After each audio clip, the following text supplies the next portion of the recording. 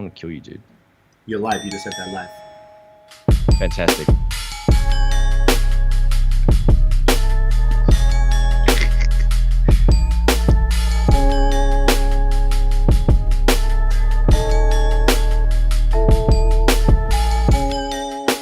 What is good, y'all? My name is C. And my name is Notion. And welcome to episode 12, where little brothers tell you they're going to kill you at the start of a podcast. What is good, everybody? At the very start. Everything's excellent, mate. How are things your end? Aside from the death threats, I am fantastic. Yeah. Yeah. Well, it's all love. You know how we do it. Exactly. So you know I'm cracking just for you. Yeah. You have to look at the screen. Oh, what is it? 1 second. Lucozade. Fuck off, cunt. There you go, cunt. That's dope. Okay. Big up, Dan. Big up. That is a reference to 2 episodes ago. Yeah. I think episode 10. It's good. I've never seen it. Never seen it in a cute little can. I've only seen it in bottles. There's bottles, right? It's called sparkling orange. Sparkling orange glucose drink with sugars and sweeteners. That's a terrible name. And how does it make you feel though? Does it taste like Fanta, or does it taste like Sunkissed? Ooh. Yeah. Yeah. I feel like it's so sweet. It's more Fanta, but it's not fizzy enough. Like it's kind of like a little flat. So yeah, I don't know. It's like it tastes more like an energy drink. An energy drink? More like an energy drink than Fanta.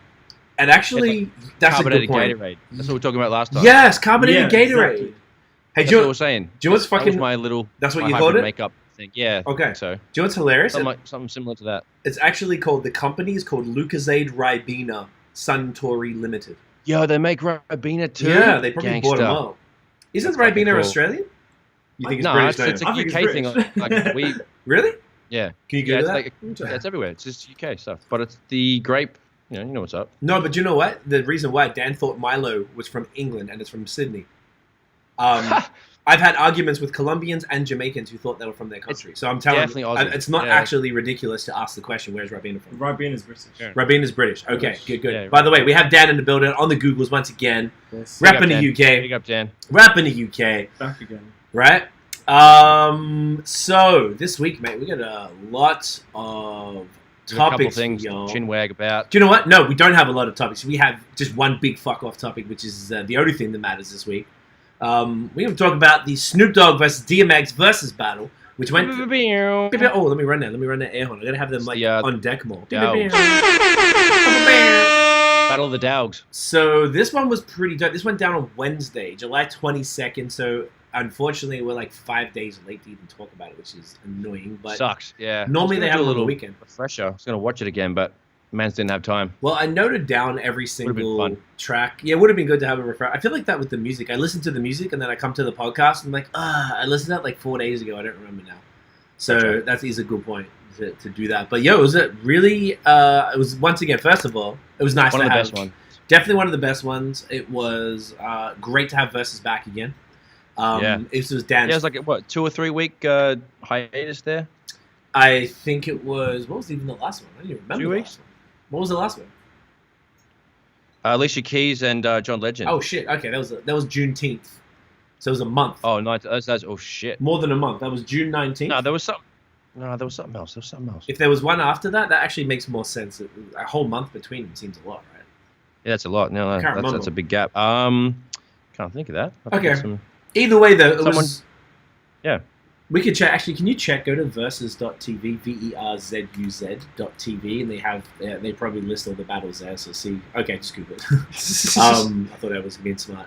Maybe verzuz.tv is the fucking. I don't think they even have a website. They don't have a website. Oh, maybe their Instagram account will show it or something. Yeah. But anyway, it was nice to have it back, and this was a big one. If everyone was staying up with it, you might have seen DMX. Talk a lot of shit online for the last few weeks because he was trying to get 50, I think, and he also mentioned he wanted Jay. Both of those were not really a great fit for him. But the first thing I will say about this battle was, one, it was a celebration of legendary classic hip hop music, and the what's the word? I was gonna say awe. It's not awe, but the sort of the love and the respect they have for each other. Yeah, respect for sure. Yeah. I don't know if I really saw any other battle that was that. Fab and Jada. That's what it was. There you go. Fab and Jada, yeah, oh true. Of course. Yeah. The Jagged Edge and the 112 one, they were showing mad love. The Jill Scott and the Badu, they were showing mad love. That's true. That's like, true. That was kind of the vibes that Snoop and DMX. It was like, you know, they were like, oh yeah, I fuck with that song. That song was hard, cuz like Snoop was like bigging up DMX a lot. And then DMX was like, yeah, I started listening to that song, you know, like fuck bitches ain't shit, but hoes are tricks. Like he says that little part, like whenever I get mad at my baby mama, I would put that tune 11 and be like, ran it.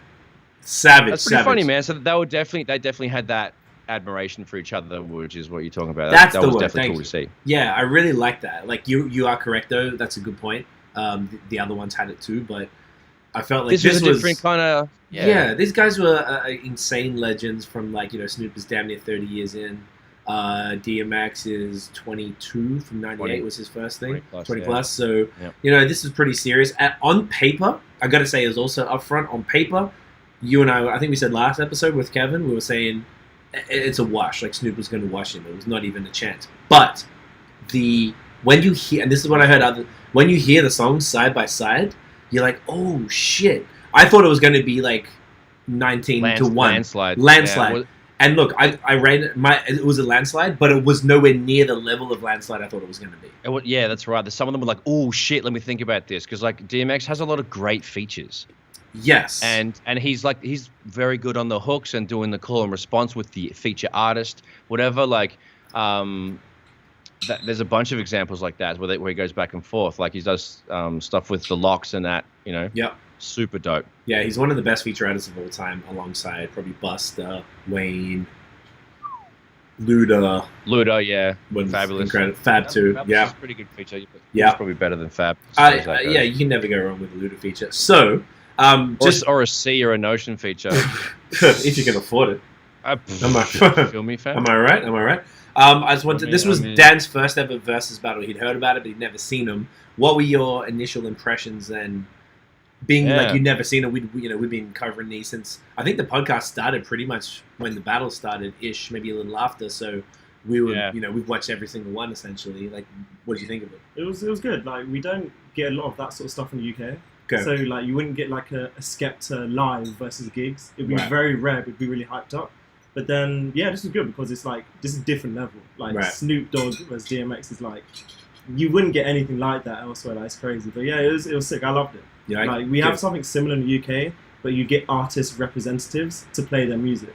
So it's not the actual artist performing live. So it's not as good. Right. But yeah, no, the Verzuz one is the one I watched is so sick. Yeah, for real. And cool. It's cool because this one specifically came out of the pandemic. It was a response to the fact that no one could leave their house. We're like, you know what? Go to a concert. Yeah, and like everyone wants connection, and this was one way to connect people, and it really, really worked. And the new thing, I got to give them daps. They got to deal with Apple Music, I think, as of the last one, the Fab Jada, and they basically were able to now you can log in through Apple Music and have it up on the screen. And then if you want, which is what I should have kind of done, was be on Twitter talking your shit. You did that. You're on Twitter talking shit. It was crazy. It's the move, right? Yeah, it was a better stream quality. Quality as HD, yeah. It was night and day. It was so much better than the fucking the Instagram, the IG live. Instagram, super weak. Mm. So, let's get into the kind of play-by-play. So I've written all the songs down that they played. So you mentioned earlier, Bless. Did you cough or was that a sneeze? It was kind of a hybrid, more of a cough. Okay, well I'm gonna say bless you anyway, just to be safe. Thanks, mate, and bless your cotton socks. I missed the actual intro. The DMX did the opening prayer. Yeah. Because I was out riding my bicycle in the lovely sunshine. Gotta do it. And I was like, oh shit. So yeah, I texted you late. I should have reminded by Ro, who usually comments, or Rochelle, who usually is like waiting for her. There. So she's like, hey, yo, fam, are you watching? I'm like, oh shit. So she gives me the good prompts, kicks in the butts. It's a good man. When it needs to be done. So I missed that. What were your thoughts on that? The prayer was cool because it's like it was reminding me of his interludes where like just because that's a no man that type of thing. Very dynamic. Yeah, he yells. It's great. Get that growl. Yeah, and then goes soft and shit. So it was cool to see him do that. He hasn't lost that iconic voice is still there. The body is not the same as a lot of people, I guess. But yeah, it was super, super cool. So he did that, and the first 10 songs was Snoop first, then DMX, and then the second round it was reversed as they typically do. So Snoop kicked it off with 187 the OG. Oh, sorry. Is it called that? Was it called Deep Cover? It's called Deep Cover. It's called Deep Cover? Mm-hmm. Fuck. Well, okay, my bad. I thought it was called that. I should have checked that. But he started with that, and the best part of it, Snoop actually rapped over instrumentals, like show mixes of the beats, as opposed to rapping over his vocals, which I thought was super cool. DMX, which is what DMX was doing. Yeah, he was doing that. But also DMX is, he's a little not as fit or ready for. He's not as he wasn't show ready. Snoop is. Yeah. He was still rapping, 90% or 85% of his shit, but I noticed he dropped a couple bars here and there. He let the hooks go. Obviously, the hooks are in there, but DMX was rapping along to his things. Was probably a good idea because people would have given him a bit of heaps because he was a little out of breath and whatever, but he did his fucking thing for sure. Yeah, for sure. That was dope. So he held it down. So Snoop started with that, and then DMX went their intro from It's Dark in Hell is Hot. I felt like it's not. I mean, it's a slapper, but it's like it's not the same. You can't compare just your intro to an album which doesn't have the same level of iconicism. What would that be?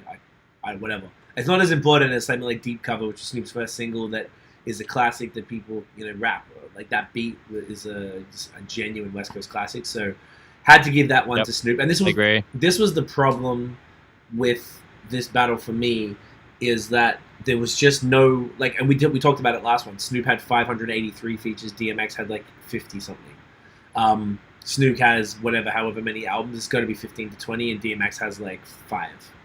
So it was like it just wasn't fair off the rip. So it was really hard as well because people have I saw somebody, a friend of ours in hip hop in Toronto. He said he gave the whole thing to Snoop 11 to DMX 10. I was like, oh my god, bro! What? Yeah, I thought that was super interesting that people. Maybe he loved the hard stuff. Maybe, but that means I don't know. I just feel like this was you can't even debate it. But either way, so that was the first song. Second was I really liked that they did this. This is do you so check clever. Snoop's albums? Yeah, he has 17 and DMX has 8. DMX has 8 albums? Yeah, he has 8 apparent studio albums. Right? And Snoop has 17 albums. Yeah. Goddamn. Okay. Snoop went What's My Name versus DMX What's My Name. They both had songs with that. What's my name? Like that joint. Yeah, that's crazy. Snoop obviously watched him with that one. The DMX song was cool. That was a close one. I mean, not close, but What's My Name by Snoop absolutely smashes the DMX one, but DMX one still slaps. That was cool. I definitely got out of my seat for that shit. Yeah. That was a great way to start it off. That was clever. I thought that was really cool that they could both do that. And obviously What's My Name was a song that changed. I can't speak for you, but it changed my life. So I nothing really ever could beat that song for me. Also, what I noted immediately was the quality of the production. Once you hear in Dre versus the Swiss Beat, I've always trashed him before. The Swiss Beats, tinny Casio-y stuff. I'm just like Casio is fuck. It doesn't hold up, man. It's not even in the same. I don't know if this is spam. Someone goes on the comments. Jeff Daniels from Dumb and Dumber has died. He's a legend in my eyes. I don't know who this person is. Shania Michaels. I don't know if that's true. Can you double check that? Yeah, I'm checking. That's weird. I'm sure, unless that was just some strange spam, but which is possible. Spammers. No, anyway, nothing online, so that means it's not true. So shouts to spam. All right, third song, another one. Snoop went with Gin and Juice for fuck's sake, and then DMX came with Get At Me Dog. Now this one I wrote close next to it when I felt close, and this was the first one I wrote. I thought it was pretty close. At the same token, what could really be? Gin and Juice is like, come on, bro. Yeah, it's not even a question. And come on, anthem, classic. Like, dude, it still gets played. Like, Get At Me Dog. I haven't heard it since fucking God knows. Yeah, same. That's why I was like, Gin and Juice comes up way more often. That's definitely undeniable. I would 100%. That one was not close for me. Okay, fair. It was more like it slapped harder than I thought, and I was like, because in my head, Get At Me Dog is dope because it's hype and it's bouncy, but I mean, shit. Yeah. Gin and Juice is way more singy, and you can just man's be sipping on gin and juice, bro. Like that's what it. Happens. I was thinking in my head, I was like, well, Snoop is gonna wash him so badly. I was trying to be nice, so that's why I was like, maybe could it? You know what I'm saying? I was like, it's gonna be like 20-1 or something, so or 19-1, whatever the fuck it is. Actually, ended up being 21 songs, so I was trying to be nice, but either way, That one was killer, and I'm going to be honest as well. I was using Shazam for about 90% of the DMX songs. I didn't know what they were. I couldn't, or at least I couldn't remember the names for any of them. Until he did the hook on some of them, I was like, "What the fuck is this?" Like, and sometimes I knew the beat and didn't know what the song was, and so it was a little backwards. So it was confusing. Yeah. I probably should have Shazammed. Totally. Because I'm writing it down for this, I wanted to make sure I was correct, which I already fucked up the first one. But the point was, it was like. So even though I bought 98, I bought both those albums when they dropped. Like it was a big Rough Riders anthem, was huge for us. I still felt that I just couldn't remember it because they didn't have that replayability. Just like you said, man, I haven't heard that for forever. Like when's the last time I heard most of these songs? Like I don't play them, so why would I remember? Either on shuffle with the homies, like on a playlist, on a movie. Like it's just not played around. Yeah, exactly. Not that kind of thing. So, okay, that was 3. 4 was Dre Day versus some X shit. Once again, not even a battle. Dre Day is a classic of all classics. Like, when you look at you really think that song was from 91. Like, from the Chronic, that's pretty insane that it holds up that well. I mean, look, lyrically, when you hear this stuff, I'm like, Jesus Christ, these guys hate women. But that's what I hear when I listen to the stuff back now, but at the same token, the music is still insanely classic. So that was not even a question, Snoop. Next one, I called it close. I'm probably being nice again. It was 2 of America's Most Wanted versus Stop Being Greedy. Yeah, it's kind of being nice, but I kind of get where you're coming from. Stop Being Greedy is fucking crazy. But there's not... Ribs is touching, bro. Like... Yeah, it's so sick. And just that beat, with the organs, the climbing organs. They're fucking... It kind of sounds like a fake violin or something, too. Like it's... Or maybe it is more of a church organ. You know more than me. But either way, like, he can't be... And Snoop did the whole thing, and they had the Tupac vocals. I was like, oh, this dude's, like, show ready. He's basically... Let's do the set I did last show. Yeah. So then Snoop is definitely a showman. He was also bigging up X when he was kind of, like... getting out of breath or whatever, or like if you did like one verse and not the hook, he's like, nah, keep going or whatever. Like he was really doing his showman thing. The best part of it was the ad libs. Snoop doing X's ad libs, he kind of when they reversed it, yeah. Snoop disappeared into X's voice, but when X did Snoop's one, it was so funny. Yelling, it was the best. It was I would love to see just DMX be a hype man for Snoop, and Snoop should just take him onto it. I think that when the world gets back to some sort of normal. That'd be fucking hilarious. There was one of them that was really funny. It might have been Ain't No Fun or like something that he had to sing, and I was just pissing myself. I can't remember what it was. Maybe we'll remember when we come up to it. But when he was just or maybe it was None But a G Thing, something like that. Like as they got to later. So anyway, so far Snoop is dominating. This Snoop 5 of 5. Next one was Down for My N-Words versus Money Cash Hoes. Mm-hmm. This is where I thought Snoop was slipping, and I gave this one to DMX. And I was like, as long as Snoop has 583 features, 17 albums, in amongst that so many classics, and he played one of the joints from the No Limit. He played like 2 songs from the No Limit album. Yeah, albums.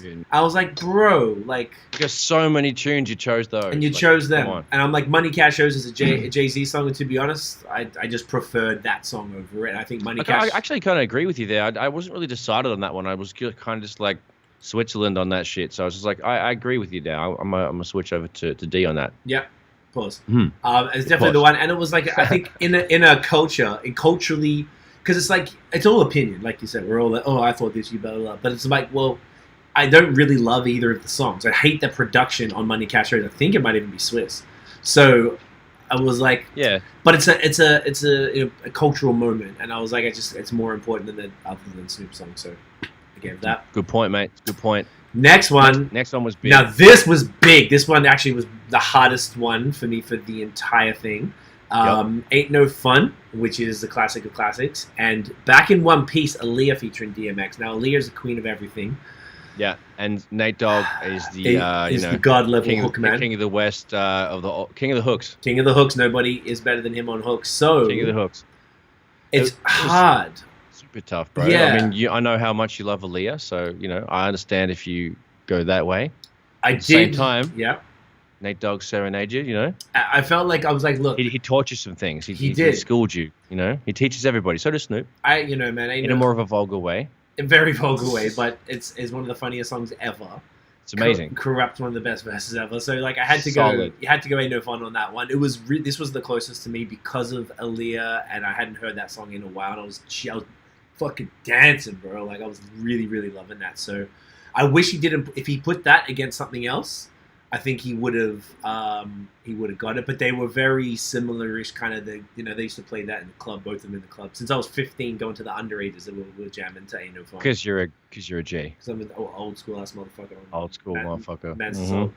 Mm-hmm. All right, next up, Bitch Please, or they called it B Please, the original, not part 2, versus X Gon Give It To You. Give It To You. Ooh. So I didn't like. Bitch Please. Do you have any thoughts? Because like Exhibit, right? Exhibit was on that one, I believe. Correct. No, I think he was on this one. I think you're right. Yes, he was. Yeah. Can you check it? That's cool, man. That was cool. So that's that. Yeah. Snoop Dogg, Nate Dogg, and Exhibit. Snoop, Nate, and Exhibit were on that. Cool. Yeah, the original. And then X Can Give It To You as a slapper. That was a good one. But I felt like I gave it to Bitch Please. Yeah, same, mate. Same. Sorry to agree with you on all these, but no, I know. We had a couple of disagreements earlier, which when we were talking about it, and I love it when we disagree on it because it makes it much more interesting. Otherwise, yeah, man, yeah, fuck yeah, cool. We just circle jerking over the same shit. Like it's not as fun. We need to argue. Sean is in the building. What up, Sean? Welcome, my G. He says, What up, pimp? Not gonna lie, DMX has bangers, but when it comes to Snoop Dogg, he hits differently for me. My G. That's accurate. We feel the exact same way. It's big facts. All right, so we got 2 more, and then we end of round 1. Next one, this is not even a question. This was G's and Hustlers from Snoop. Oh my god. Versus Who We Be from DMX, which I never liked that song. So G's and Hustlers has one of the best fucking beats. This was one of the joints that like there was probably 3. So What's My Name, Gin and Juice, Ain't No Fun. Yeah. And then Doggy Style came on. Yeah. Dude, jumped off my fucking seat, danced around the house, beer in my hand, just doing I was honestly like kind of modeling what Snoop was doing because I'm like 6'3", I'm a tall, lanky fucking ass, and I was kind of just looking how he was dancing because if he looks cool doing it, if people dig how he's rocking, maybe I could steal a 1-2 step from Uncle Snoop and look cool on the dance floor because I'm just a tall, lanky cunt, so I need to know how to look good, and he was really holding it down for the tall people, so... I was taking notes anyway. And his suit was hard to beat. His tracksuit was comfy. I liked his Doggy Style t-shirt. It was cool. Doggy Style t-shirt and the track pants. They matched, yeah. Fucking, that's how you do it. But it was cool. Out. Oh, yeah. I tried to find them during the thing. I was like trying to look for it. Did you? I couldn't see it anywhere. But the fact that, like... He'll be around. Yes, I'm sure he'll do it. If he smiles, like, if he smiled, he'll be launching merch from this. But G's and Hustlers, I always thought the lyrics were kind of weak on it, but he admitted he freestyled it. I thought it was interesting that you freestyled 3 verses. Yeah. Which explains why it's just kind of those go-to SN, like the little things the crutch, or just the crutch that everybody has when they're freestyling. Like there's always something everybody goes back to. Like when I come around, or like, I always like to say "in this bitch." I don't know why it's my favorite. So you are, though. In this bitch, that's right. I am. Am I not? In this bitch. Am I not? I'm out here, but I'm in this bitch. The fuck I'm saying that's what you are. Doesn't rhyme with as many things though. I gotta switch to that. But who freestyles anyway? Fuck that. Okay. Fuck. Sometimes. Sean says, "Notion, you can dance way better than I can. You know why though." You're a mad cunt. Love you, bro. Look at this crazy Sean. And the last song from round 1 was The Shiznit versus Get It on the Floor. Once again, honestly, this one was close for me. Really? Eh? Because Get It on the Floor, dude, that's stupid. That I would have punched someone on the dance floor. That was a song that would make me want to mosh. If I need to go, if we were at the gym and I had the headphones on and Get It on the Floor came on, I want to fucking smash another rep. Like I would smash cunts in the face with that song. It's a gym joint. That's very aggressive for me. The Shiznit's more of a din like that. Yeah. Just that's I want to sit back and smoke a big one. But Get It on the Floor makes me want to just go hard and punch cunts. That's really a really aggressive song for me. Do you feel that? Do you know what? I can't even remember what it is. I just gave it to the Shiznit. I can't even picture the song. The Shiznit is my vote, but Get It on the Floor has the beat that makes me want to just jump the fuck up through the roof. I don't know why I can't picture it. Is it what? Like, do you know what album it was from? It's the Rough Riders shit. Get it on the floor. Get it on the floor. It's like Dragon and DMX. It was one of the posse cuts. Don't want to party in your ass, gotta go. Get it on the floor. Get it on the floor. It's crazy. I still even Grand Champ. Anyway, it's from really what? fast. Grand it's like Champ. up tempo. Grand Champ. Okay, it's a Grand Champ, but it's got the features on it. Okay, so it was on the. I think that was a fourth. Anyway, so that was like close, but that was a good one. I prefer the Shooting It Baguette on the Floor was fucking. Was good one. Spot. Okay, that was probably the closest one for me as far as out of my seat. Interesting. Okay, that makes complete sense. So then, to summarize round 1, I gave, this is what mine, I don't know if you counted yours, but I gave Snoop 9 to DMX 1. Yeah. I guess, yeah, it's the same thing too. Did you count? Oh, you did. We didn't disagree on any of these.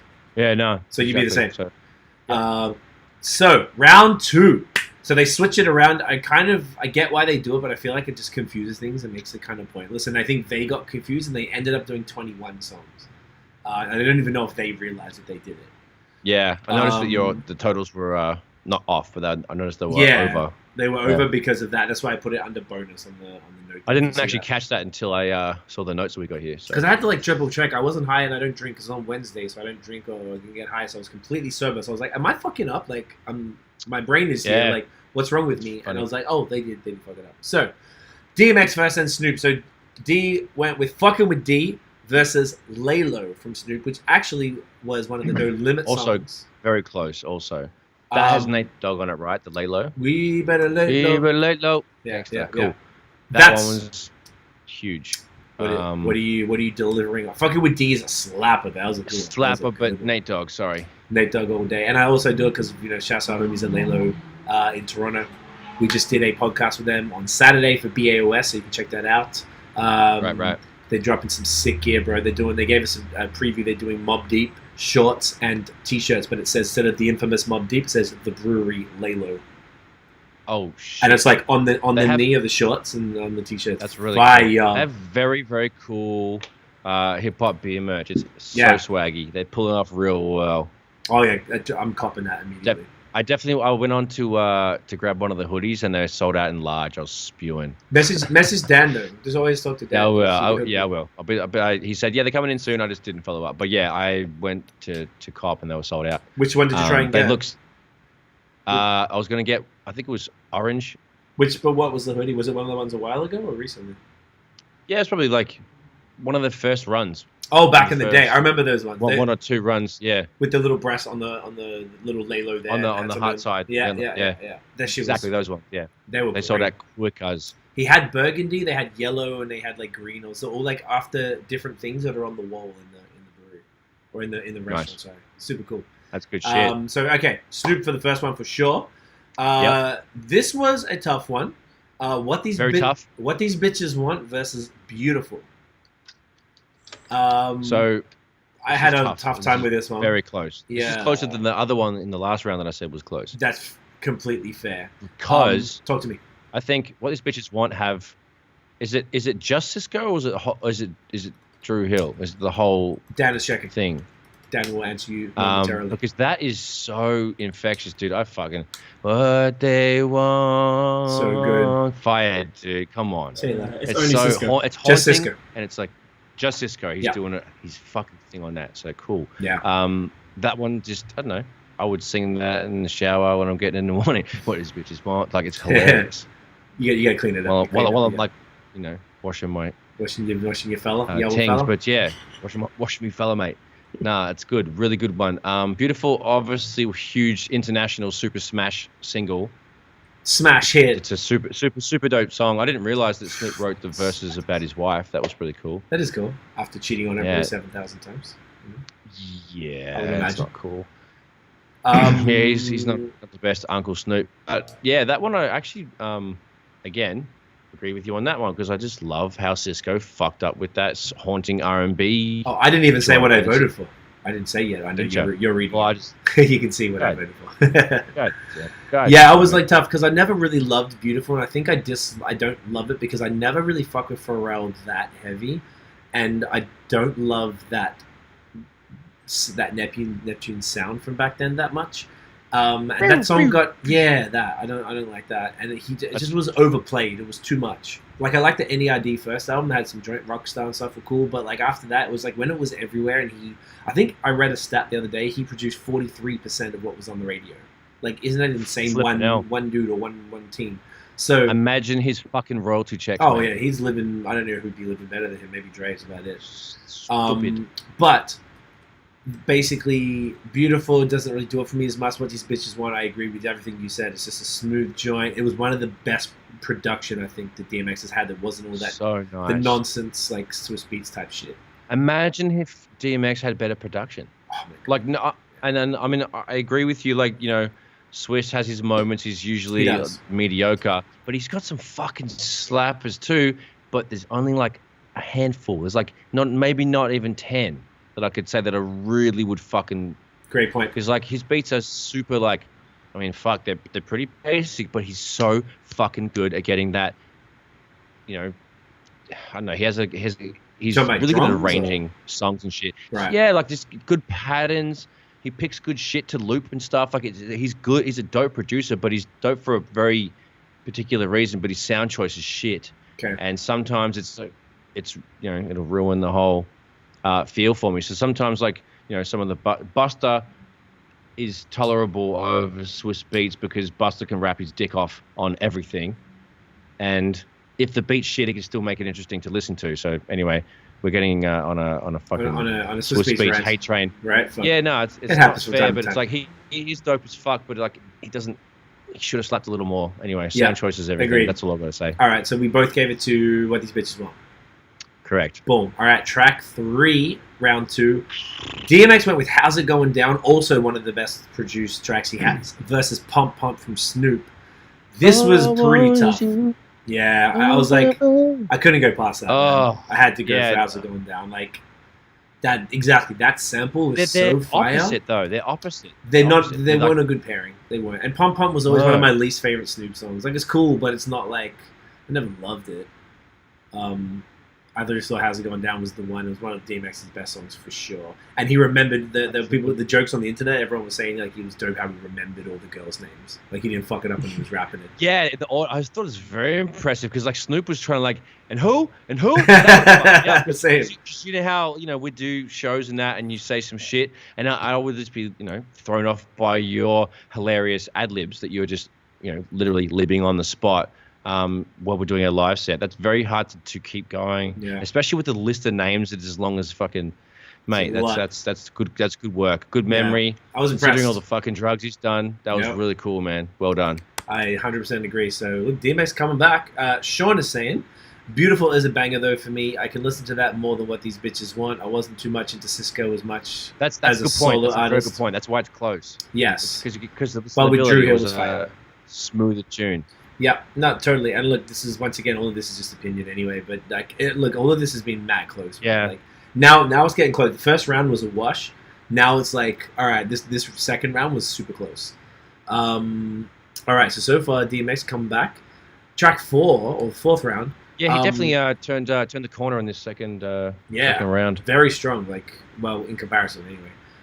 Then they ran with It's All Good versus Bitches Ain't Shit.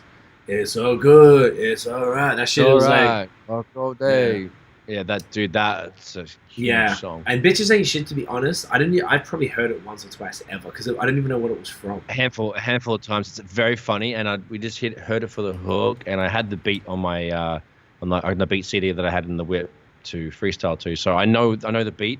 And the song was so old. I definitely think It's All Good was What's it from? Played way more. Dr. Dre? I think it might have been some deluxe edition or something then, because we had the tape. I bought the tape, the cassette tape, and it was. I found it on the internet. It was a late discovery for me. So it might have been like a bonus edition or something. Because we were talking edition. about. No, I'm not saying it. We were saying. It's just telling me the Chronic. The Chronic. All right, that means that we got some reduced version in Australia. Like us, fucking Aussie shit. Yeah. Yeah, they always fucked us over back in the day. They took songs off and they didn't mess around with it. I hate that shit. Whack sauce. But either way, and they charge you $40 for a fucking tape, mate. It was out of control. $40. Or you bought it. Yeah, we used to pay $40. I used to buy it. Like I spent fucking probably tens of thousands of dollars on CDs and records and stuff, and like I used to pay on average about $40 for an import when they didn't release it. Mate. They now thank God for the streaming. It's music, man. It's the move. It's the move, bro. All right, next one. This one I saw a lot of people creaming over this, but DMX went for Slippin' versus Murder Was the Case. Everyone kept saying Slippin' is one of the best written rap songs ever. because it was super real. Nice, yeah, it's real. But I mean, Legals Case was a better song. Yeah, I mean, look, I had the poster laminated on my wall. I had the T-shirt the mum wouldn't let me wear in Queensland. Like, I remember that distinctly. I was vexed. You know what I'm saying? Like, this is not even a question for me. Like, Murder's Case is just a classic going classic. Yeah. Slippin' is a great song, but I never loved it. I didn't really like. I appreciate it, but I don't think this just for us. I don't think that was much of a contest. It's kind of a wash immediately. Next one, DMX went for Done Started Something versus Doggy Dog World. Yeah, not a good pairing, eh? Doggy Dog World's just a funky little bop. Done Started Something's a little more. I mean, is that got is it Jadakiss on that one? No. Daniel's gonna double check. Which song? It's called N-Words, but I guess it's the actual word. Done Started Something. Oh. From DMX. Yeah, but it was like money they're prepared to die for it. It's like someone from the Locks, I think. Okay. That song absolutely tripping. Featuring the Locks and Maze. Oh, I don't know. The Locks and Maze.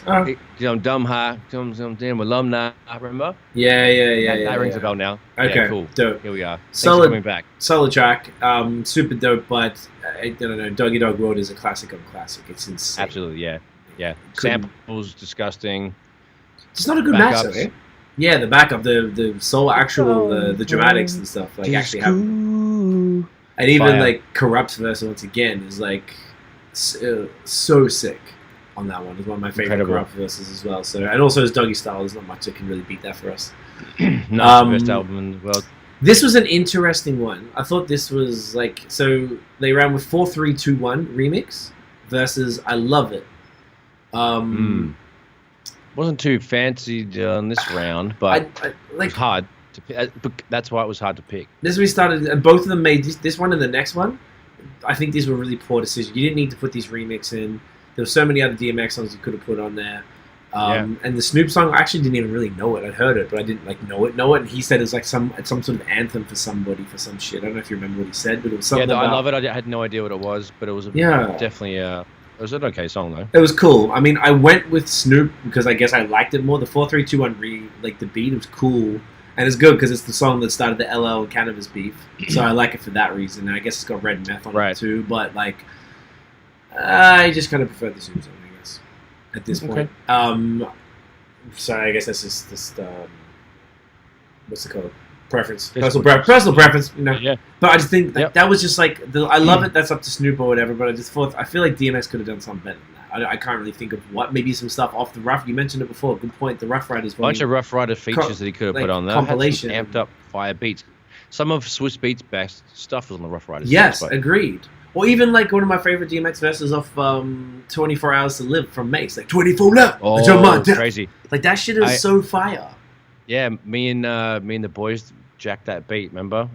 Vex and Fluid, that 24-hour mixtape. That was good. Yeah, 24 Hours to Live, whatever. Yeah, that was. Amazing. I remember that back in the day. See, I mean, like, that's a classic song. I'm just like, I don't know why you could have gone with that, but anyway, maybe that's just personal preference.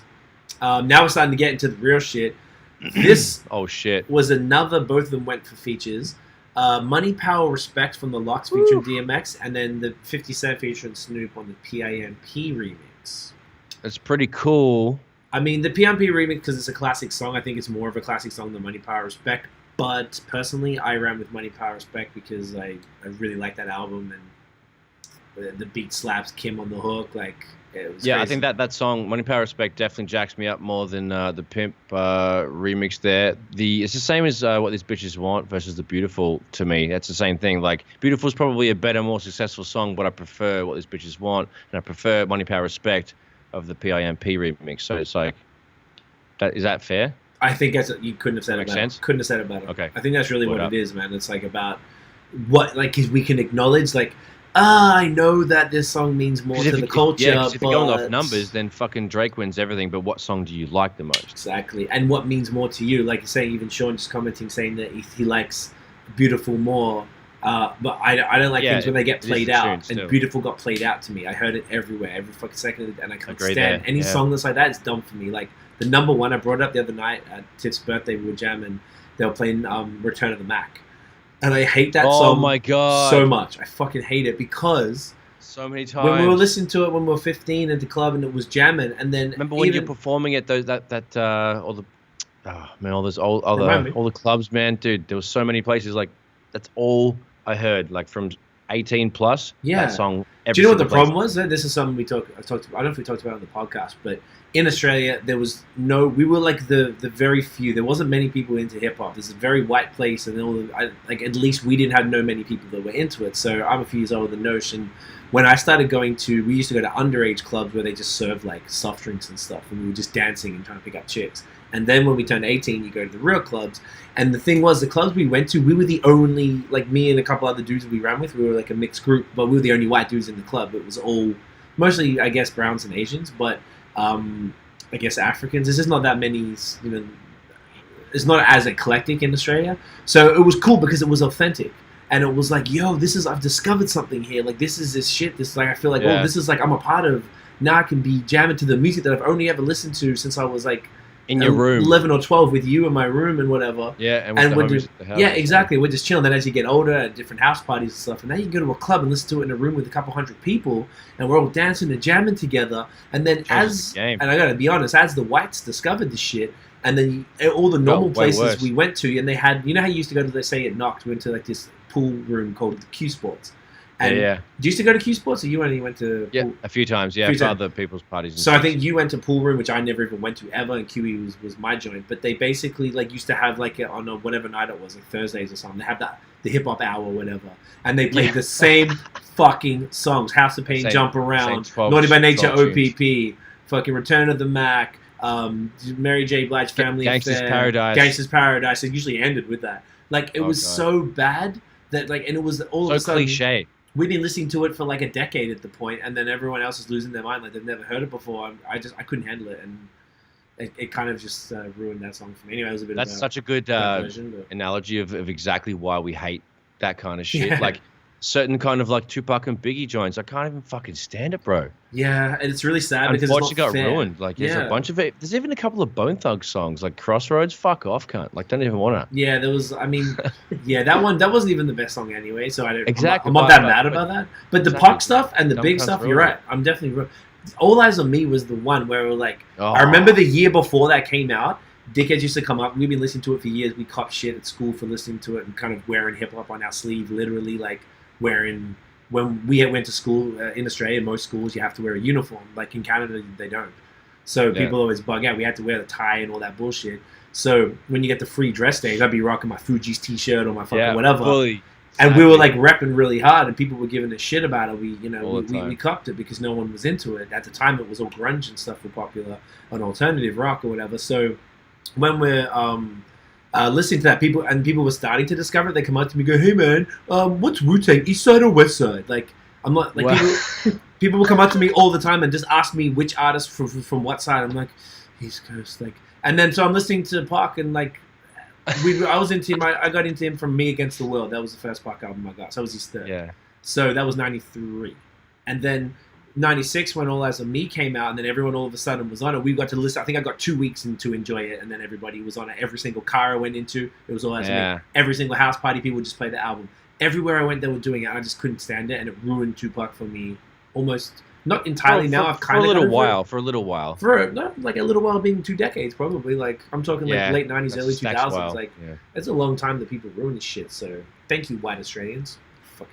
Silly people. Eat a dick, cunts. But no, seriously, that's a very good way to spell it out, dude. Like, it definitely got rinsed. I don't want to sound bitter about it, but it's just annoying. And it's something that, like, I know now it's kind of cool. It's everywhere. People understand it more. I mean, I guess there's more SoundCloud it's rappers. It's vintage now. Like, it's, it's... Well, I just mean, like, the culture itself is what's the word? Like, it's everywhere. The culture has broken through the mainstream.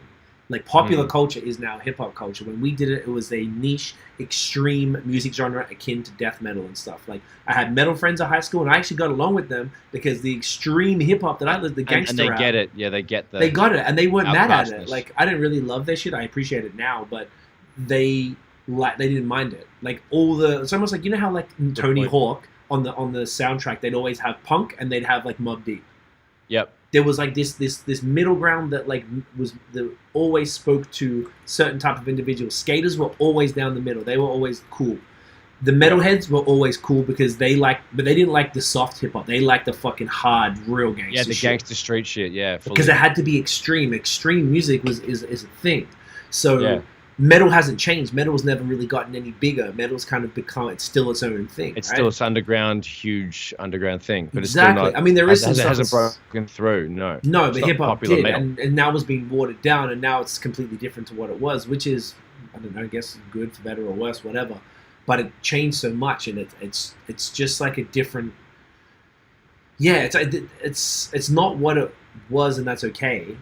But I guess I can't really remember the point. But that's sort of why we feel, because we were attached to it in the way the metalheads are attached to their shit as a culture. It was ours. We felt like we owned it and all the people around us who were really into it, we all owned it. We're like, yeah, you met another hit. I used to go to parties in like high school, and I've met one other dude. They'll go, oh, this guy likes rap. You should talk to him. And I'd be in the corner with him, just drinking beers and talking to this dude about music all night. And if we had a CD player, it'll be popping stuff in. And yeah, check this out. Blah, blah, blah. Like, that's a good point. That was sick to me. That was like my favorite nights ever. When you're not even worried about trying to pick up chicks, you're just like, all right, now I met somebody who likes what I like. Now I can talk about rap music. Like, it was like amazing. So now more people are into it. I think it's cool, but it just made things, unfortunately for us, a bunch of things got kind of ruined along the way. I'm starting to appreciate things more again. I can listen to Tupac now and not being angry, so that helped. But there's certain songs I can't, like I just can't. So anyway, that was a very large tangent. Okay, mate. We have, well, you know what? It was good. We kept everybody waiting because now the last two songs on the list, the two final, well, then the bonus one. So hard. Like this was like, are you fucking serious? This is where it's actually like, wait, hang on. This is like, what do I do? What do you do here exactly? Some of these were obvious. Some of these I still could go either way on. So this one, I really thought this would be last. These two, but Rough Riders Anthem versus Nothing But a G Thing. I thought Rough Riders Anthem would have been last, but he went second last. Yeah. You go first. Shit. Like both of those songs are so impactful to my car stereo from 18 to like 25. Yeah. Like, dude, both of them. That's so neck and neck. It's like asking if, like, I don't know, man. I got a lot of question marks here. I put like 4 question marks, and I put Snoop by default. Just because it meant more to me. But Rough Riders Anthem was one of my favorite songs of all time. Like, whenever this came on anywhere, I lost my shit. So if I had to be pushed, if you had to make a decision, what would you do? I'm probably just gonna go Rough Riders Anthem just to switch it up, mate. Fuck it. Good. I like your attitude. I like that. Fuck it. I still don't know. I definitely like, you know, we've gone a lot of Snoop, not to give, you know, a fucking sympathy to DMX, but like, I know Rough Riders Anthem, I definitely want to punch cunts. I don't want to hear that one. Nothing But G Thing, I want to just lounge back. That one's kind of like pretty hype. I enjoyed how he ended that. That's definitely a punch to the guts. And then Snoop went with the cool, which is Snoop's cool is probably the king of cool. Yes. One of the kings of cool and swaggy. But yeah, I think Rough Riders Anthem is just more impactful for me. I'll probably run that a little more. But you know, G-Thang got a bit ruined too from the same shit I was just talking about. That's a good point. Yeah, it was one of the other songs in those lists, unfortunately. Damn those wacky. Yeah. So yeah, I'll go with Rough Riders Anthem. I like that. I like that. Now the last song in the round, and I think they didn't even acknowledge it. They just kind of kept going. So this was the last one, and when you know what the songs are, like, oh, this is what I picked. That this would be the last one for Snoop, but DMX went with Party Up, and Snoop went with Drop It Like It's Hot. Party Up was these songs I'm not huge on, mate. No, same. And Party Up was also in that bunch of songs that were ruined by the Wax. Correct. I hate Party Up so much. In general, like, not necessarily like, you know, some of the songs we were talking about earlier ruined by actual people at high school / other dickheads from other social circles, work, whatever. Yep. But like Party Up was ruined by fucking DJs, bro. Yeah, dumb DJs that have no idea about nothing and play all the top 40 joints, slap that little dog in there and just piss me off. I hate that. It was just they weren't like progressive enough. They just kept playing the same songs over and over. Like music didn't change. Like that was the annoying part. Yeah. Means you're a bad DJ. Like It's Hot is equally as annoying because people like do the homie hands and all that fucking bullshit. Like, fuck off, Khan. Are you serious? So both of them really genuinely pissed me off. I don't even want to vote which one I like more. You don't have to. You can opt out. I will. You can opt out. I can. Should I opt out? No, that's kind of. You can do whatever you want. It's your podcast. I definitely would say drop it like a top because Party Up got absolutely ruined by the shit DJs and occasional fuckheads. But you're always gonna hear that bam, bam. You're always gonna hear it, bro. So I don't know. Yeah, I'm with you. I could have chosen by default because I hate Party Up more. Yeah, so that's where I'm at too. Unfortunate, but I got to shout out the homies Ken Hell out in Melbourne who did a remix. Amazing remix. Drive It Like It's Hot. It went super viral. It's a really cool track. Shouts to Kiri with the car and the video. Yes. Right? Fire. Oh, Sean is saying, I agree with Notion. Rough Riders Anthem gets you so hyped. Drop It Like It's Hot got ruined for me. It still slaps, but I heard it way too much, especially club. So he feels it. Yeah. Same vibe. Good to know that we're not the only crazy ones. That's true. I feel like we're just like the angry... get some... The angry old heads right now. We're like, oh, those fucking youngsters. Shake harder, boy. Yeah, like, Rrr. Now, the last one. This is the bonus track. I guess I put it under. DMX went with Where the Hood At. And Snoop went with, which I thought he should have swapped this out much earlier. He went with the next episode. And he also, I mean, like, so, I don't know. That song decimates everything. Yeah, you can't do that. And on that note, so Snoop definitely not even a question. Yeah, and the interesting, no, you're right. It does decimate it. There's no chance. The other thing, he didn't go Still Dre. He didn't, which I was like, where was that at? Like, I thought that would have been like a no-brainer. Was he on Still Dre? Was Snoop on Still Dre? Maybe he wasn't. That's why I didn't play. I'm pretty sure he was, right? Because I was like, yo, what about all the songs off the Chronic 2000? Yeah, he was. Yeah. So like, you didn't go with Still Dre, but you went with the PA&P remix. I just feel like, why? Because he wanted 50 on it. Did he play the 50 part or not? No, he just played his own, and DMX just played his verse, not like any of the locks or nothing like that. So F-I-F-T-Y. So overall, that round for me, I think yours would be different. I went Snoop 7, DMX 4, so you would have been Snoop 6, DMX 5. Yeah. My total was Snoop 16, DMX 5, so you would have been Snoop 15, DMX 6. Yeah. So it's still a washing, but still a wash. Better than I thought it would have been, and I think it came down to poor. Like Snoop could have gone harder. I felt like he almost was like, man, I'm killing him too much. I gotta pull back and play some of my average shit. Or he actually thought that stuff would have been valid. So I didn't even know. Right. Sean just said, we're technically.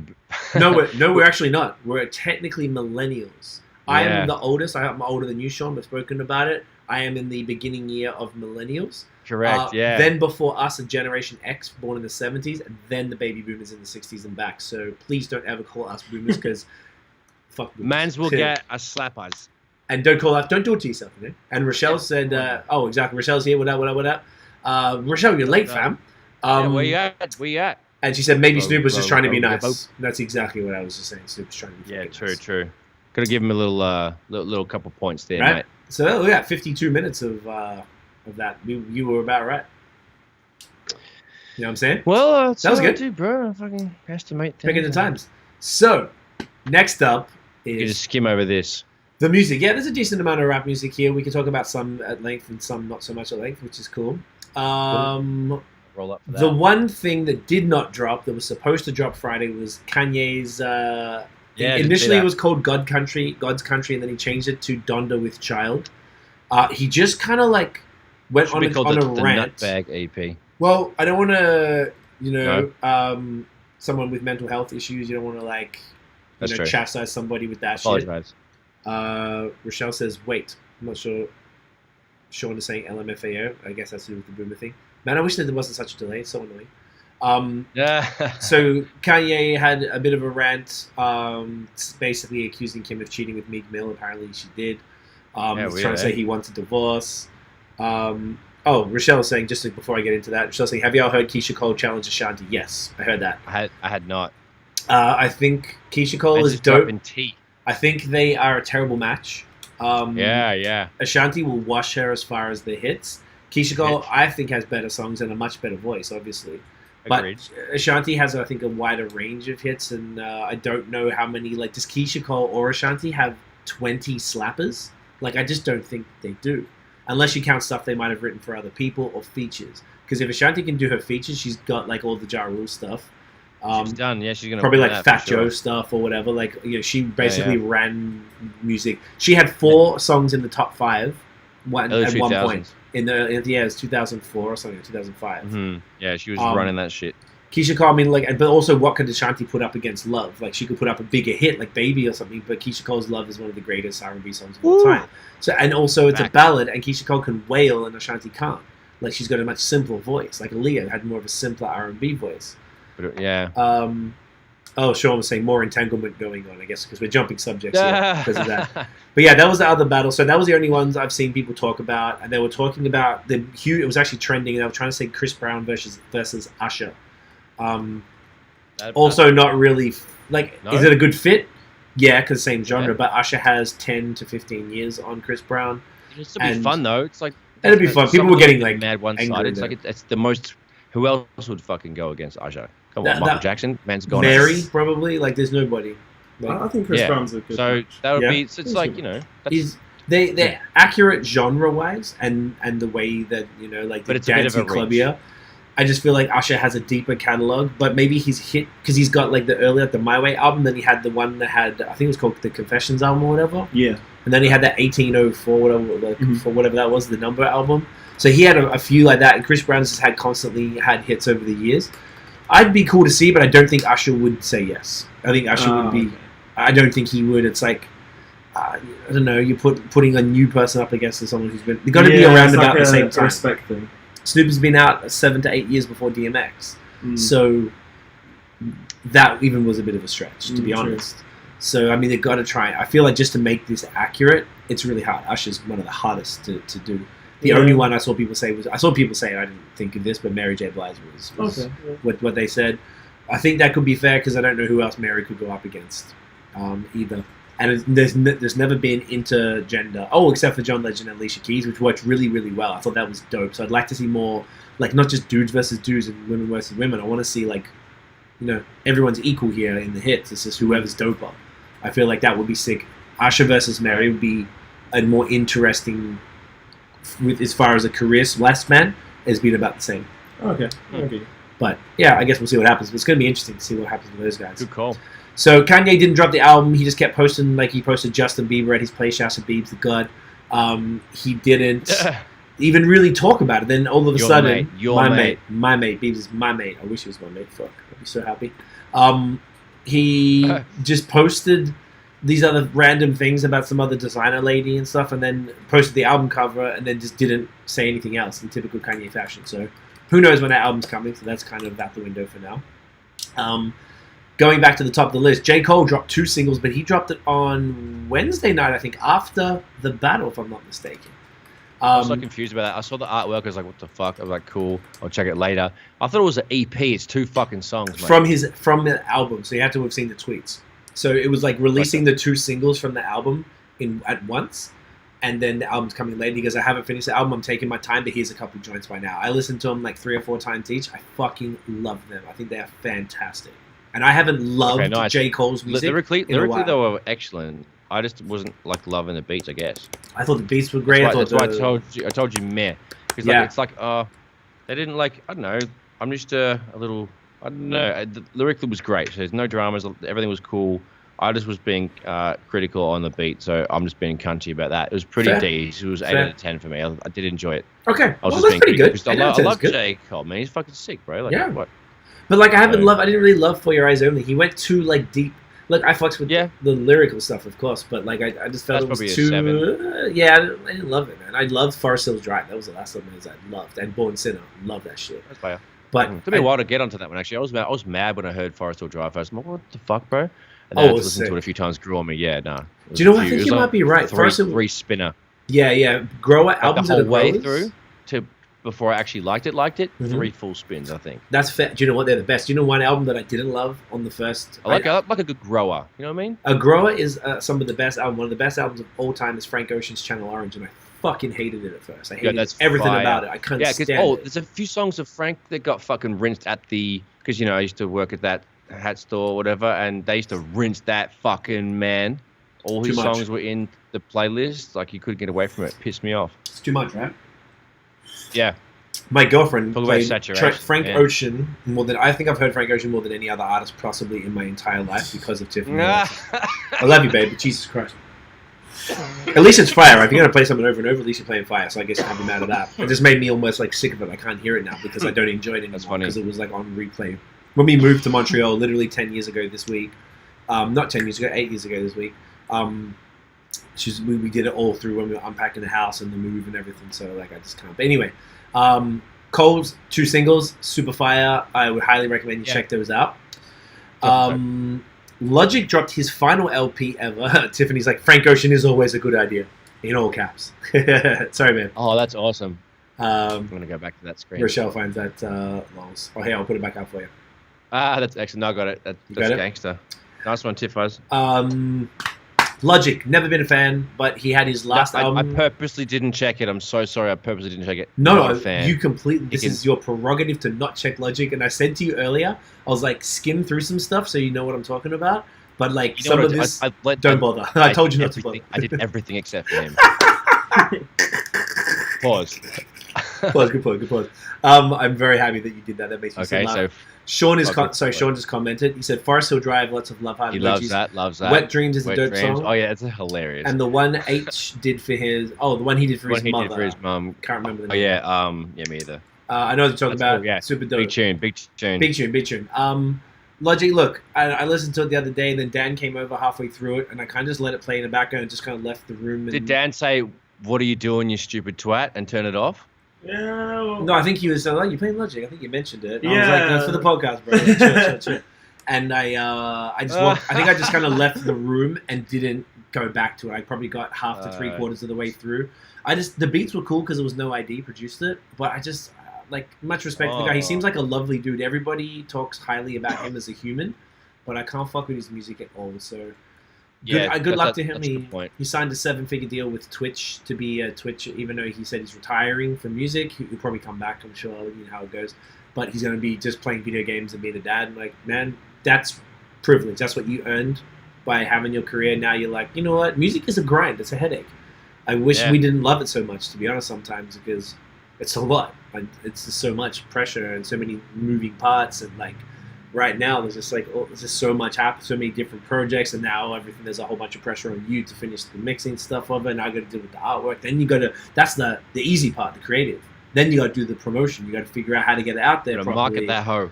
It's a nightmare. The whole thing is anyway. So I understand that he wanted to dip out, and you know, if you're into Logic, listen to it. If you had never been into him, I would say skip it. One album I was listening to today, and I wish I listened to it earlier. Currency did an album with Harry Fraud, who's a dope-ass producer, called The Outrunners. Yeah. It is so fucking fire. You know Harry Fraud? Nah. No, he's worked with Emilio. He's done a bunch of good stuff, man. That's interesting. No, I did not know that at all. That was he's done compilations, right? I did not skip any of those songs. I knew you wouldn't. I texted you. I was like, "Yo, listen to this," because it's all soul beats. Super good, man. I smoked one. It was gangster. Yo, bro, I don't really. If you listen to Currency, you have to smoke a joint. Otherwise, you're not allowed to listen to it. Pretty much, yeah. So it's like that's how he, you know. You must have had like an edible tea or something. Listen to me. I should have. Next time I will. THC. Yeah, those drinks, right? You were high in. I have. They're not teas, but they were. I got some sodas. Yeah, they're pretty good. That was a couple episodes back, but yes, that album was so fire. My barber Dave loves Currency, so he always plays it when I get my haircut. And shout out to Dave. Shout out to Dave. You know Dave-o. And I never really fucked with Currency that hard. Like I thought his shit was cool. It's really nice. It's cool. Good bloke. But yeah, Dave. What, Currency or Dave? Currency is what we're talking about. Yeah, but yeah, you said good bloke, so I didn't know why you were saying good bloke. Yeah, Currency. Currency's a good bloke. Yeah, he seems because I saw he's on Drink Champs, and I just saw him at length talk. Oh, where? Smart. That was a valid comment. Okay, I respect that. Yeah, he's really good, really well spoken. Does all of his shit. He's very independent. He's fucking mad. Can't love him. He smokes like a fucking chimney. Yeah. Can't say a bad thing about Currency. Skitty Pat Pop. Yeah, fire. Very, very, very impressed. Yeah, that's probably like a 4 out of 5 real talks. Yeah, so nothing's perfect. I'm skimming 4.5 through the rest. 5. That's probably my album of the week. I'm gonna give that the album. Yeah, I'm gonna have to listen to it again for sure. Super, super fire. Sorry, Sean is saying here, Logic's music is definitely not for me. I got annoyed with him talking about him being mixed race in a lot of his songs. Yeah. Oh, every song. That's so great. I'm glad to hear you say that, bro. I thought you were digging Team Logic. Team Logic. That's cool. Well, I thought he was like, at least like a somewhat of a fan, because I'm pretty sure you know, we've bumped. He's shown me some tunes. Okay. But yeah, that's cool. He's definitely not everyone's cup of tea. Yeah, that's fair. Getting to a couple singles now. Russ dropped a new one. He's been dropping singles like every week. That was cool. Can't Be Me. Predictable Russ. Predictable Russ, sing-songy Russ. He produced it this time. Even the song is fine, but the best thing about Russ this week, he did this 1 hour conversation with Steve Stout. It's available on YouTube. I would highly recommend. I would recommend you specifically, Nosh, check it out. It talks about the music industry, how he's independent. He's come up in more detail than I've ever heard him talk about it. I love Russ's hustle, man. He's so driven. Insane. He's a nutcase. Yeah, I love it. I love it so much. It was very inspiring to me. I'd love for you to listen to that and let me know what you think. But if anyone wants to check that out, just leave it on the background while you're doing something else. Really enlightening conversation. Super dope, even better than the music. Tiff says, OMG, he does not shut up about being mixed. That's fucking legend. I heard him say the N-word one time on one of his songs. I was like, whoa, whoa, whoa, whoa, whoa, whoa.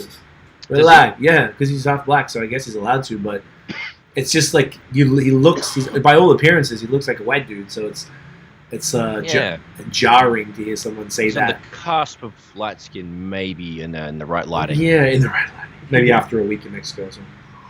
Oh, man. So, this song, actually, I didn't like this at first, but now I really fuck with it. Drake released a song with British rapper Headie One called Only You Freestyle. Yeah. Okay, let's talk about that. So let's talk about that. So when I first heard it, Drake is doing his Drake thing where he's speaking in Arabic and he's wearing the soccer tops. And he's appealing to Jake, because he's a chameleon. He just wants to appeal to everybody. Headie One, I never liked his stuff. I thought, like I was saying to Dan, because Dan's going to speak on this because he's the Brit here and he loves Headie One. I heard, Audacity by Stormzy, and he has that dude. Love that. Right. Now, when I heard Headie One on that song, I'm like, oh, he must be like one of the, how like the OGs in Australia, they're really bad at rapping, but people put them on songs out of like, respect for what you've done type of thing. Yeah. Headie One to me is so bad at rapping that I thought Stormzy did him a favor and put him on a song.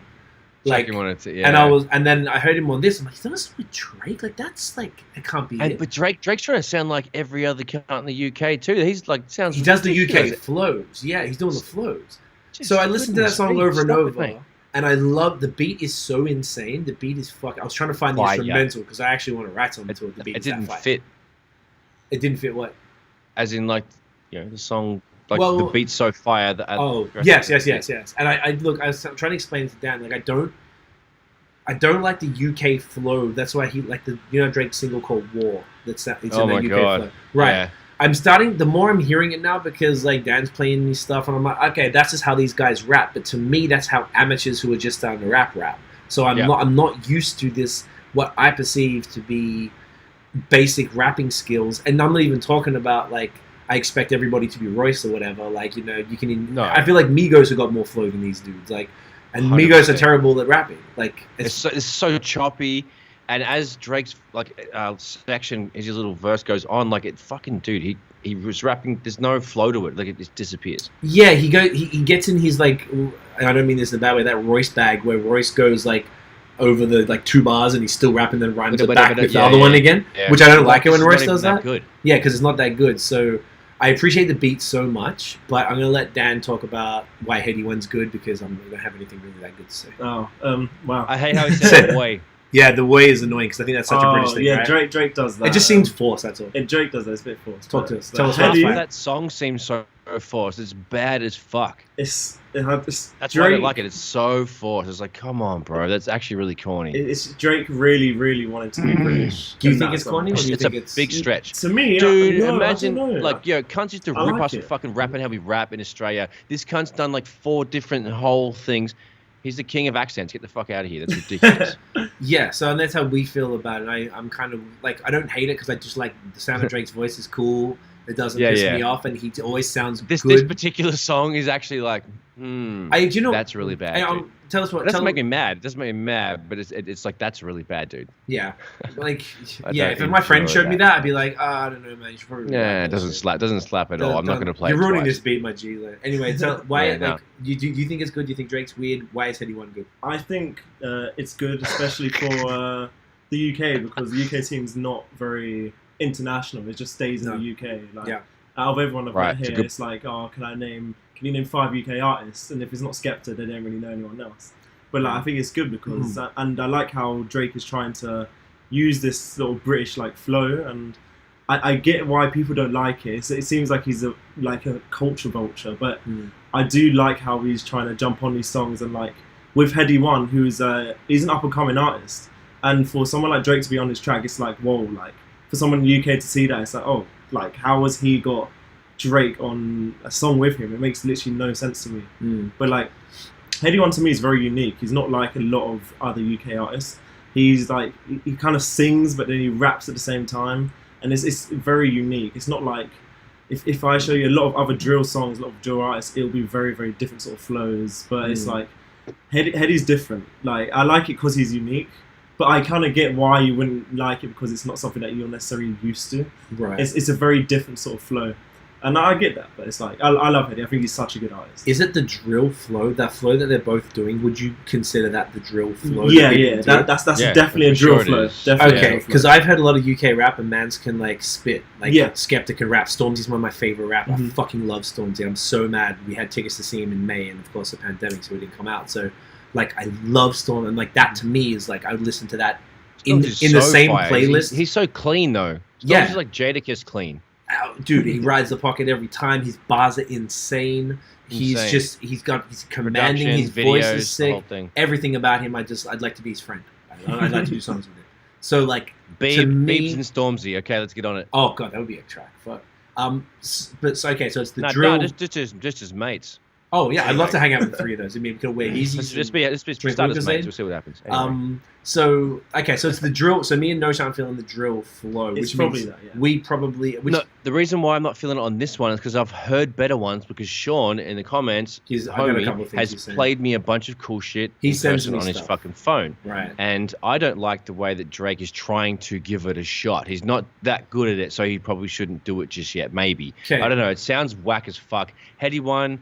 I mean, I get what Dan's saying. Cool, I'm new to him, and I agree with what you're saying, Craig. As far as like it's all drawn out, basic old man kind of style. To us, he's definitely better than Drake on the song, but I still don't like it. Right. And I understand what good drill is, and I sort of understand what good drill is, and this doesn't really slap that much for me, especially Drake's part. Gotcha. I think Headie One is way better than Drake on that particular song. Right. And I feel like that's a good point, and I think I've been listening to this now because one, I just want to. After I heard it, maybe Tiff chucked it on, or you put it on again. After I heard it the first time, so I heard it the first time, I couldn't understand a word Headie One said for some reason, and then we mentioned that to you, and then you were explaining some stuff. We played it a couple more times. Like, wow, this beat is amazing. And then I thought about it. I'm like you said, it's weird that Drake was on it because this has no benefit for Headie One. In North America, because people here, there's some people like Sean fucks with it, but there's overall like there's a very small market of people who can deal with the UK accent on a rap song. The same effect that Gigs had, where there was loads of memes where people listen to Drake verse and then they'll turn it off. When right. But then in the UK, it gives Headie One some credibility from Drake, but it also like. I feel like it's pretty reciprocal, and Drake was just trying to. And I'm not standing up for the flow or whatever and saying it's good. But I'm saying what he was probably trying to do was just match what people do on that type of song. He's like, well, what are you supposed? I wouldn't rap like that. Yeah, totally. It's almost like when we first. This is how I felt when we first started doing trap beats. When we were just doing boom bap forever, we did trap beats, and we had to do that double time kind of flow. And I felt weird about it because I felt like, oh, now I'm just doing what they're doing. Yeah, like not what's the word? Forget the fucking word. Simulating? No, pandering to that, like. I see. To the people who listen to this music, I'm like, oh, this is how I'm supposed to rap on a trap song. This is what I'm fucking gonna do. So I feel like, I don't know, but I Drake's always done that, so it's not weird. It's not anything new for him. I appreciate it for what it is, I guess. And now I'm trying to understand it more. Right. Because you've started playing me shit, and also Sean's got a couple comments. He's been sending me stuff too, and I'm starting to get it a bit more and just appreciate it for what it is, and not put our expectations of how people should rap on there. I still have a preference. I don't know she would have a preference. I would rather hear Royce 5'9" and Black Thought rap than almost anybody else, I guess. But if these dudes are doing it their way, I'm like, okay. Then if I step back and you take the expectations away, I'm like, okay, this is what this is. This is not trying to be what I like. This is this thing. So just appreciate this thing for what this is. And that's hard to do that as an MC. That's a good point. If we weren't rappers, I think it'd be easy for us to understand it and appreciate it. The problem is, that's a good point. Judgy because we're too in love with we're too in love with too romantic about how it was in the old. There's that, but we pick it apart from our skill set. Because if we didn't look at what we said about it, we didn't say they were saying the lyrics were bad. We were saying their flow was bad. So that means we're judging it based on what we think is a good flow. And I still stand by that. Yeah. But at the same token, it's not what that style of music is trying to be. So we shouldn't judge it by our standards because that's not what it's trying to be. So it's never going to live up to it, and it's not fair. So, and that's the same thing with like the little yardies and the fucking cunts like that. Like it's just like all the. It's not trying to be what we like. No, so, they're not trying to be lyrical. Like what's the other cunt's name? Waka Flocka and whatever the fuck. Yeah. Like those cunts that they want to have turn up. Like club music, that's all it is. It's not trying to be lyrical. Yeah. But the thing is, like truth be told, like I think Waka Flocka listens. His favorite rappers is like Nas and KRS, and he likes. I see him say that. Yeah. Pure as shit. So yeah, that's really funny. And he even said he's like, my music's whack, whatever. But I saw that. that made me laugh so much. It was like, get the fuck out of here. Self-conscious, man. I thought it was fake. Because you know how people do those like the face replace joints. What's it called? No, deep fakes. Deep fake. Boom. I thought it was one of those maybe, but it looked too. Yeah, he was hilarious. I think he said it on one of the those little talk show things. I remember the one, man. That was fucking dope. I've actually got an album coming up. I rate him heavy for that. It was super cool. He seems like a good guy. I got an album coming up that I hated this dude initially, and I really like this kid's album, and we're going to talk about it in a sec. So I'm going to address Sean's comments, and then we'll get back into it. Sean said the Drake song is heat, but he needs to work on his drill. He wasn't really riding the drill beat well near the end before Headie One came in. The UK flow is dope, though. I've definitely shared a few with you. You got to check out H. Yeah, you've sent me H, man. I quite like H, but H actually raps how I like people to rap. He's a UK rapper. He's not a drill artist. Yeah. Exactly. It's very different. That's why I fuck with him. So I've noticed the difference, and I like Skepta, I like Stormzy, I like JME now. Like I like these dudes, but there's I'm starting to understand the difference, and now you just got to judge it accordingly. Yeah. He goes, I can name 5 artists that aren't Skepta. Yeah, but you're UK fan. Love that. I find more people in Toronto and parts of Canada rock with the UK drill and grime scene due to the slang we both use. A lot of Americans can't get into it.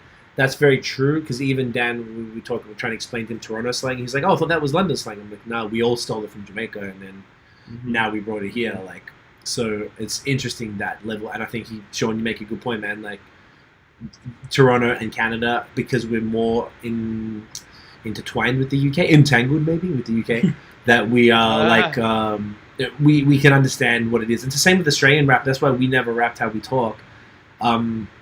It's so local. It makes everything local. And then they talk about the UK stuff. You have to explain all these things. I'm like, what the because I was like, I didn't know what the word meant. And there's so much slang and so many in-joke references to even in Headie One's verse on the Drake song that. Like anybody outside, it limits it, and that's the same as the Aussies. That even sometimes blows my mind that Bliss and Esso and Hilltop blew up because they're very local still, but I guess their sound is poppy enough that maybe it makes it. Oh, I want to understand this. Whereas a lot of the other Aussie rappers, they're just so Australian, and it's like you can't get into it. And I never liked that about it. I didn't appreciate. It's kind of funny if they say something or whatever, but it's like it limits your potential. And I don't like limiting the potential of where you can reach. Anyway, that's personal preference. So, back to it. Another single. This is a throwback to last week for Kevin. We had Kevin on. If you missed that, go check it out. He dropped Jules for an hour. His artist Shay Lia dropped her new single called Love Me, Love Me Not. Super fire. Smooth summer R&B. Smooth as fuck, yeah, great song, right? She's got a great voice, fantastic production. Huge fan of what she's doing, man. She's just dominating right now. So, love seeing what Kev's doing. Very, very cool. Definitely want to give that a big shout out. This one is trash. I don't even know why I'm mentioning it, but Blacc Chyna. Yeah, I was when I put it into the old thing there. I was like, "What the fuck, bro?" Yeah. I turned it off at about a minute and a half. I was like, "Nah, peace." It was terrible. Trash. Thumbs down. The only reason, Blacc Chyna, if you're into like pop culture, you'll know who she is. She was going out with Rob Kardashian for a while, and I don't even know why maybe she's on like the Love and Hip Hop or something. She is now a rapper. And she did a song with Trippie Redd called Cash Only. The song is horrendous, but so speaking of the other shit, I really, really like Trippie Redd. And he just is a singer, essentially, to me. I love Trippie Redd shit. He's got so many joints I fuck with so heavy because he's a singer. Like, he's not even consider him a rapper. Some people might. Because people call Future a rapper, and to me, he's not really rapping. But then you listen to some songs he is, some songs he's not. It depends. So that's the only reason I listen to it. We won't spend any more time on that. That's it. Brent Faiyaz from Sonda did a remix of a song called "Fuck the World" with 2 Chainz. Fantastic joint. I'm pretty sure I'd heard the original was off his album, so it was cool to hear 2 Chainz. I fuck with 2 Chainz. He's always cool on a feature. He's another one of those dudes actually who always delivers on a feature. Brent is so sick, so I really enjoyed that one. Rochelle here is saying Mahalia featuring Pink Sweat, BRB, cute little summer bop. That one did not come up on my radar, and I fucks with Mahalia, so I'm gonna look for that. Yeah, so it's Mahalia in it, like. Oh, that's how they say it. That's how she says it. Okay, good to know. Thank you. Yeah, she says Mahalia, and she like bigs her titties up and she runs on the stage. She's literally the fucking best. Okay, she's funny. I like her more now. She loves a good laugh. Yeah, she's solid. That's how she said it, and I thought it was cute as shit. All right. She is delicious. And I didn't know about that song until I saw it on Rochelle's stories on IG today. So thanks, Ro. Keeping us in the loop. Co-host needs it. In the loop. Co-host out this bitch. I love it. That is amazing. Tiff says, love Mahalia. Have to check that out. Yes, now I know it's Mahalia. Do it, mate. All right. Well, I've been saying Mahalia for ages, and then I heard her say it. I'm like, okay, I'm going to say it as she says it at her own mouth. Yeah. Fuck it. It's like dance. Dance. Yeah. Man's having a dance, isn't it? All right. Having a little laugh. We're having a laugh. All right, we're almost done here. Lupe Fiasco did an EP with producer Kaelin Ellis called House. It was cool. He had the joint we talked about last week with Virgil. Not really like bad timing for that one because Virgil's sort of people aren't fucking with him right now. But the EP was cool in like I don't think the beats were super sick or anything, but I think Lupe got in his game and he was like talking about some cool shit. I gotta like soak it up again. I heard it once. I think it's worth. I will go back and listen to it again. If you listen, so it was I skipped. It was Was it a little? Why did you skip? Was it a bit yawn, or was it a bit rapidy rap, or was it a bit like Lupe getting too deep? I actually didn't. I just couldn't find it when I searched for it, so I just skipped it. And skipped it. Joint, so. Okay, no problem. I thought you meant like you find it. Got through half a song. You like? Oh no, I love Lupe. I'd love to hear it. I'd love to hear what you think of that one because it was cool. I heard everything else. Okay, it wasn't like a slapper, so it's not super important anyway. Right. But for you, like for this week, but I think as a just a music fan, you might enjoy it just because if you like Lupe, he was on his bars and stuff, so it was cool. Good cunt. You mentioned the next one, Gorillaz and Schoolboy Q did a song called "Song Machine." Very interesting. Starts off weird. Super weird. You know, typical video Gorillaz. Was cool. Did you see that? I did not see that. I didn't see the video for any of the stuff. I should have, but I'll keep doing that. I always fuck up. It's just like a bunch of Was it cartoon? Half. Yeah, it's half actual film, like regular stuff. It's like fucking Who Framed Roger Rabbit. But, so then Q's verse is basically 2 or 3 camera angles of him rapping in a reflection filter in his fucking room. All right. And then they put a bunch of neon CG shit on top of him. So really cool. Nice. Anyway, Q is really dope. Raps were fucking super, super cool. I loved it. I thought it was great. He rapped half the song. Okay. No, I enjoyed it. 2/3 of the whole joint. Yeah, it's really, really cool. Okay. Yeah, Gorillaz, if you're into that, it's typical Gorillaz, that same sort of bop that they have. It's definitely them. Another EP, Maverick Sabre. I think we talked about him last week. He's another British dude. And he has an EP called You Know How It Feels. Now, I didn't love this. Did you manage? Super chill. Yeah. I skipped through it. Yeah, I had skip through it. Okay. The first few. Have you heard his stuff in the past though, for reference or not really? No, just from what we have you've mentioned to okay. I really like his older stuff. This didn't hit for me. I probably need to listen to it again because I really do like him. So we'll give it a second, maybe a third listen. But wasn't his best. I definitely preferred the last album to this one. But always nice to have new music from the man. He's coming true. Yep. This one, man, I didn't fuck with this. But Earl Sweatshirt had an album called Feet of Clay, and he had a deluxe version. I see so many people cream over him. He seems like a funny, weird dude, but I can't get with his music, man. It's just like abstract Def Jux from the 90s type shit. Just weird beat sounds and rapping with no defined flow and like exactly. I just all over the place. Yeah, I don't like abstract rap. That's all. Like, I can't. Like, yeah, he's like, I want to hear a song, not all over the place. Yeah. So he's dribbling his thoughts onto a yeah, microphone. it sounds unstructured and like, and just kind of like slapped out there, and just like here's some noise. Let's say some words over this, and like, his voice is cool, but that's what it's like with him. New. Anyway. Occasionally he's fire. Like he's good on the. But sorry. He has a really good. I think was it an album? He had a song with Vince Staples on it. Yeah, that was the I Don't Do Shit, I Don't Go Outside. Yeah, off that album. Even that, after that, like I couldn't even. I liked his first album when he was like 15 because he was rapping over beats, and after that, you're right. All of his stuff after that has been a bit weird. It's like he's gone out of his way to make his music weird and shit. Mm-hmm. Like, and his hair's long as fuck, and he's always drunk as fuck in the video. Yeah, and he Did just you see them. I didn't see any videos to this. I'd listen to the album, but begrudgingly tried to. He looks hammered in the videos. Doris, that's the album. Doris was the one before this, right? Good album. Yeah, that's such a good album. Love that. Is it the same style as like? I feel like he raps on Doris, like, but he does have some weird sort of songs on it as well that you just have to skip through. Okay, so you sit through the words. It's a bit weird. I don't know. I can tell. Like, he's definitely out all the old Future lot. Yeah. In terms of rap, it's definitely him most talented. Okay. And then it's probably Tyler. But then it's just some of the new stuff some of these man release is just so weird and different. Yeah. It's really abstract. That's the thing. It's just like I've never experienced something like that. It's just so odd. Yeah, Odd Future, huh? Yeah. See what you did there. It's just something I couldn't really get into in any shape or form, and I was, that technically on paper is up our alley here. But anyway, if you're into Earl, you'll fuck with it. Two more. Occasionally good, yeah. Occasionally good. This is the one I was mentioning before. So this is a dude called the Kid Laroi, and he's from Sydney or from somewhere around Sydney. He sings like Juice WRLD. He basically met Juice WRLD. He got picked up. He moved out to the States, and now he got to put an album out through Columbia. It's my friend Cam always puts me onto all the trap stuff, and or like all this type of like Cam loves Juice WRLD. Have you heard? Either of you guys heard much from him? Yeah.